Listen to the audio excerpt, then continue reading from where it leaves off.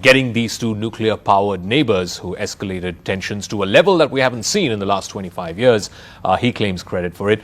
What has Operation Sindoor achieved? Is there now a new normal, as Prime Minister Modi said a few nights ago in his address to the nation, a new normal in India's relationship with Pakistan, particularly when it comes to dealing with cross-border terrorism? Let me go across to one of the world's foremost foreign policy experts. He's the chief international affairs commentator for the Financial Times newspaper. Mr. Gideon Rachman is now joining us. Thank you very much, Mr. Rachman, for speaking with us here on CNN News 18. What is your assessment of what has been achieved in the military operation that India undertook in response to the terrorist attack that happened 3 weeks ago in Kashmir? What has India achieved, in your view?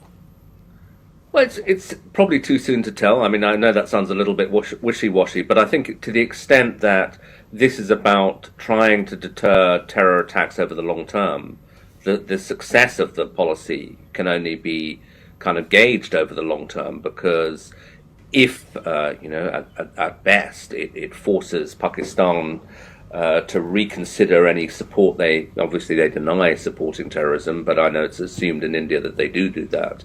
So if you start from that assumption, if Pakistan is deterred in future, then it's achieved something.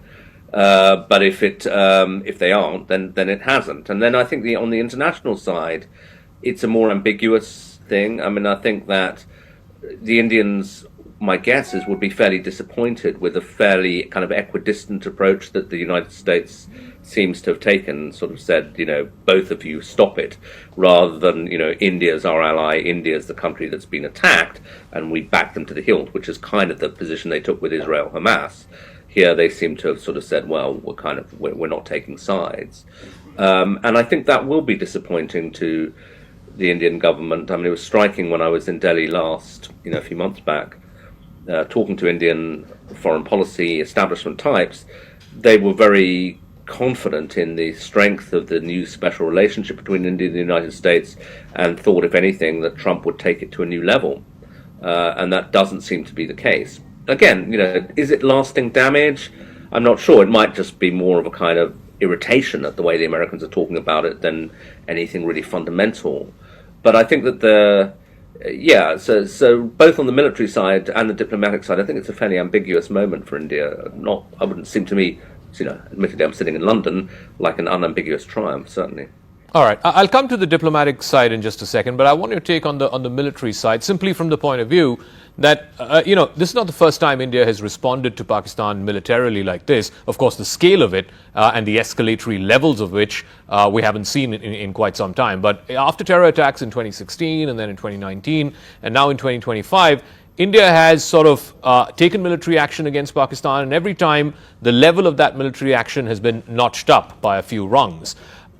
Do you reckon this is, again, an attempt to try and inflict pain or costs on the Pakistani establishment, as it were? Because this is the first time that India has hit not just these terror targets, which was the objective of the operation, but subsequently, when it escalated, India hit close to a dozen military installations, including air bases. Yeah, well, I mean, it depends on how you think the adversary is thinking. You could say, well, escalation will make them think twice next time, or you could say escalation will cause them to escalate. In a conventional escalation ladder, obviously India outmatches Pakistan, but Pakistan is a nuclear weapons state. One of the things we don't know about this crisis is to what extent was there nuclear signaling from Pakistan? Is that what caused the Americans to intervene or not? It's unclear.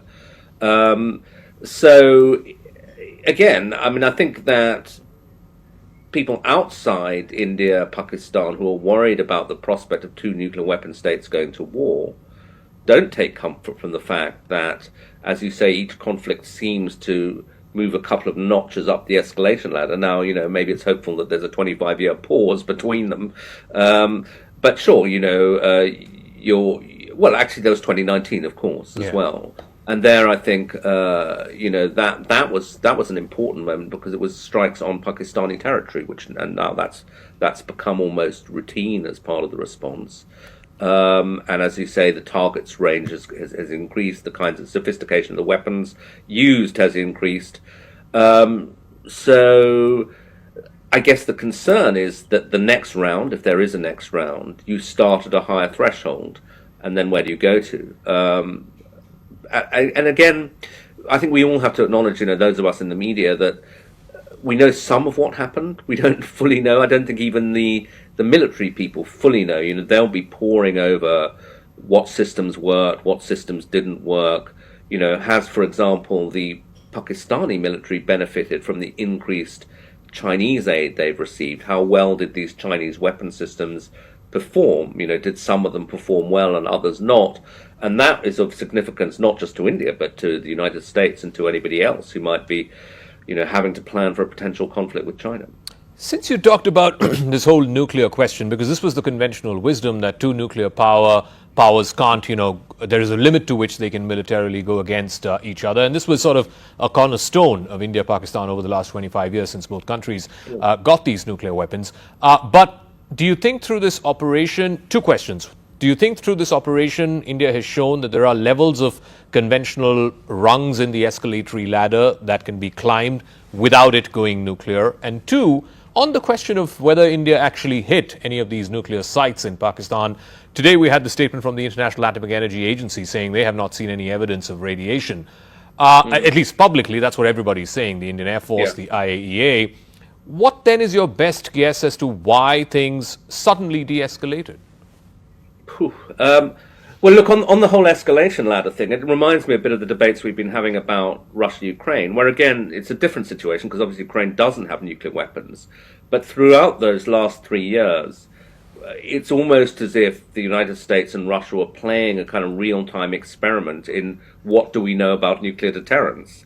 And I think one of the things that the Americans concluded was that they could give Ukraine a higher level of military aid that then, without triggering a nuclear response, than they had thought earlier in the conflict. So that early in the conflict, the Americans are not allowing the Ukrainians to strike, use ATACMS to strike Russian territory. They now are. So they've kind of learned that, okay, maybe Russia's nuclear threshold is higher than we thought. But everybody's guessing, because in the end it comes down to the decisions of individuals. There isn't such a thing as nuclear doctrine, but there's also the guy sitting in the Oval Office or the Kremlin or Pakistani military commander or Indian, equivalent having to make a decision. But sure, there may be a sense, certainly from Russia-Ukraine, that, and now perhaps from this conflict, that people are more reluctant to reach for nuclear weapons than we thought. Although my understanding of Pakistani military doctrine is that they do allow themselves a first strike capability, but only if they're going to be overwhelmed conventionally, in an invasion. So they were, even according to their own military doctrine, some way short of where they would reach for the nuclear button. But and as for, did India hit these targets? You probably know more about it than I do, but from what I understand, if there was a sort of sense that things were escalating dangerously, it was not that India had hit, places that would emit radiation, but that they were, particularly in Rawalpindi, quite near the sort of nuclear command and control centers, and that would, maybe have made the Pakistanis fear that they were planning a decapitation strike or something that would take the nuclear thing off the table. But again, I think we do have to be humble about what we know. I do want to come to the Trump question because, the government of India over the last week since this de-escalation happened has been at great pains to explain to reporters, to editors that, look, Mr. Trump or the Americans didn't necessarily have a mediatory role. Yes, there were messages that were conveyed from India through the Americans to Pakistan and vice versa, but certainly no mediation. What really sort of appended their calculations, in their view, seems to be the post that he put on Truth Social at about 5 in the evening last Saturday, announcing to the world that he mediated and his people mediated, and India and Pakistan have announced a ceasefire. Why do you think he did that? Because was it just to claim credit? Was it Trump being a politician? And also, he's been trying to do the same thing with Russia and Ukraine without much success. So, is it that he wanted a win? Absolutely. I mean, that's all Trump's interested in, is wins, and being able to take credit for things. And obviously, there is a tendency to think of him as a conventional American president and to think of there must be some sort of, diplomatic or political rationale behind this. But a lot of this is to do with his personality. have you ever seen anything that Trump could claim credit for that he hasn't attempted to claim credit for? This is a man who likes the story to be about him, particularly if he can claim that it was, his doing. And, he's often slipped into fantasy or whatever. And I'm not saying he has on this occasion. I don't actually know the full extent of the American role in this. But, even if it, for the sake of argument, was zero, Trump might well have claimed credit for it because that's just who he is. That said, you're right. I mean, that he set himself up as the sort of peace president, or the sort of famous ambition to get the new Nobel Peace Prize. He hasn't had much success, initial success in Gaza, but then actually the ceasefire breaks down and it's now a really pretty horrific situation. So that's not looking good. The Iran talks are very fraught and could even end in a conflict. Russia-Ukraine, he said it'd bring peace about in a day while they're still fighting.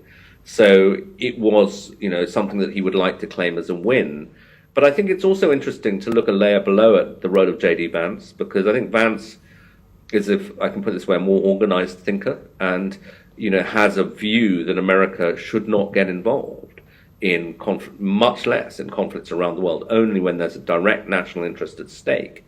And even though he had a successful visit to India, his first reaction to this was to say, not our business, which is kind of in line with the way he thinks. And then I think the interesting thing is, why does Vance change his mind over the weekend? Was it this nuclear signaling?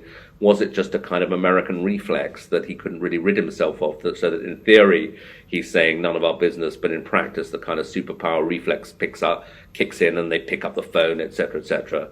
And what lessons will he draw from that? And then I think, again, that there are too many different stories going around about exactly who said what to whom and in what order and who did, to disentangle yet. I mean, I think the real story may emerge over the coming months or maybe even years. But clearly, the Americans were very active for a while. I can't believe that had no impact. But I also find it difficult to believe that it was simply a case of America picking up the phone to Delhi and saying, stop it, and it's stopping. I don't think it worked like that either. You did mention about China and Chinese weapons in a little earlier part of this conversation. So there's a lot of write-ups, news articles about how the Chinese fighter jets, the JF-17s, about other Chinese equipment, for the first time being battle-tested in an operational scenario and coming up trumps. Here in India, the government of India, again, yesterday they put out a press release saying how Chinese air defenses, which Pakistan uses, were penetrated during the operation and during the time of the escalation. So where do you see this whole China business sort of going forward? Because just before this terror attack happened and just before things escalated between India and Pakistan, India and China were just beginning to get back to a degree of normalcy in their relationship. You think that gets appended now? I'm sorry to keep saying we should wait and see. It's hard to be definitive about it. But I mean, I think that, yeah, India and China were trying to patch things up together. And, stuff happens and countries have to react. I don't think the Chinese would have known about this terror attack. But then, suddenly India and Pakistan are in conflict. And they are, by some reckonings, Pakistan's almost a client state of China economically. And, 80% of their weaponry, I think, now comes from China. So at that point, they probably feel obliged to back their guy or their country. And then it becomes, as you say, very interesting, if that doesn't sound too sort of cold-blooded about something which actually people are being killed, one should remember, but a test of Chinese weaponry, because we've had this massive Chinese military build-up over 20-plus years, but they themselves have not gone to war. And so one of the things that everybody's interested in is this stuff effective? Do people know how to use it? How does it match up against Western supplied kit, or in India's case, a mix of Western and Russian supplied kit? And again, it seems a mixed verdict that if it's correct that the Pakistanis shot down Indian planes, well, that is big. But then other aspects of their air defenses, didn't appear to work so well. But again, these are something that defense ministries all over the world will be poring over right now trying to figure it out. All right, so one final word. I'll come back to where we started off. What do you think has been achieved at the end of this? I mean, it's been a week since this flare-up happened. The dust is slowly settling. The fog of war, as it were, is slowly settling. What has India achieved? What has Pakistan achieved? And I think the most important question everybody wants to know is, what happens the next time there is a flare-up like this? I mean, I don't think either side's achieved anything, I'm afraid. I don't think it's any of them can say that they've shifted the strategic balance, and now we know either that Pakistan can strike India through proxies and nothing happens, or that India has definitively deterred Pakistan. Because if you wanted to, again, these metaphors are a bit tasteless because this is war, but it was probably a fight that was stopped by the referee, while both sides were still landing blows on each other, and it's not a definitive victory for either side. But I do think that the danger is that, as we were discussing earlier, that if there's a renewal of fighting, and given the history between the two countries, it may be some years, but it does suggest, that there might be, or is likely to be at some point, new norms have been established, and the willingness to strike each other's territory is now there, and new weapon systems have been brought into play. So I think some of the old rules have been ditched, and we're in a slightly higher up the escalation ladder next time a conflict starts, if and when that happens. But I suppose if you wanted to be more positive about it, I don't think either side is in the mood for friendly diplomacy or diplomacy of any sort right now. But, when the dust settles, the militaries have had their say. Maybe it's time for the politicians and the diplomats to try to make sure that there isn't a next round, that there's a way of that we're not just sitting here waiting for war to break out again, because it is dangerous. All right, Mr. Gideon Rachman, Chief Foreign Affairs Commentator of the Financial Times, thank you very much for your time, your thoughts and your insights. Thank you. Pleasure.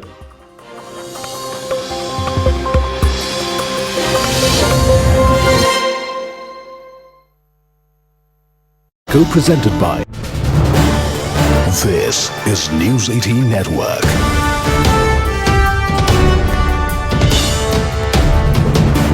India's largest news network.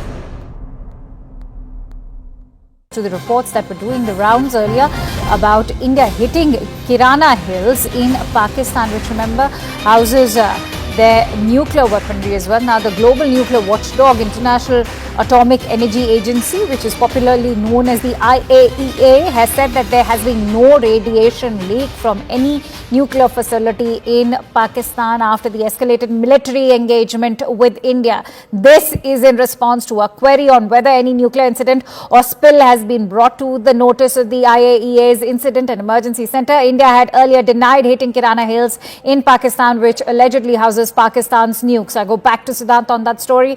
Siddhant, all the wagging tongues finally put to rest?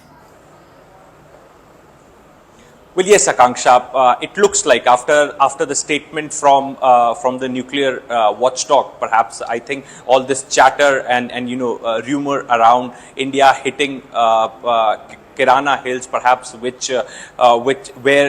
Pakistan's nuclear arsenal have been kept. Perhaps the rumor and chatter will be put to an end, Akanksha. In fact, since 10th of May, there was chatter on social media platforms that India has hit Kirana Hills, and there is a radioactive. There could be a possibility of a radioactive leak in that particular area. In fact, an Egyptian plane perhaps has landed near to the Kirana Hills. Perhaps it was assumed that plane has been sent to see whether there is a leak of a radioactive substance to do the assessment. This plane has come, but now since the nuclear watchdog has said that no leakage has taken place in that particular area, and perhaps has denied any reports of any nuclear site being hit by the Indian Armed Forces. In fact, Akanksha, on the very first day, Air Marshal Bharti also made it very clear that we don't know what is there in Kirana Hills, but we have not hit that side. So India made its position very clear, and now the international watchdog, nuclear watchdog, is also perhaps saying something on the similar lines. And when the IAEA says that, this means that the matter has now been globally put to rest. Glad, Siddhant, that you mentioned what Air Marshal A.K. Bharti had to say, because let's play out his reaction when he was the first one to dismiss all of those rumors. Let's listen in to what Air Marshal A.K. Bharti said. Thank you for telling us that Kirana Hill houses some nuclear installation. We did not know about it. Okay. And we've not hit Kirana Hills, whatever is there. Okay. I did not brief in my briefing yesterday.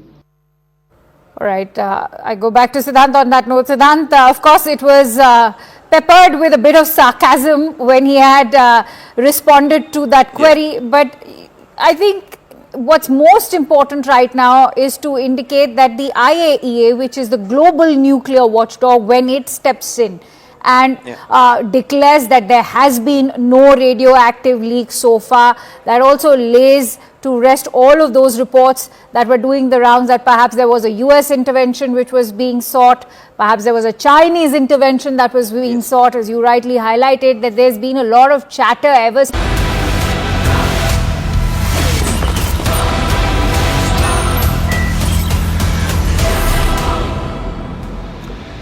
Viewers, focus on your screens for a few moments.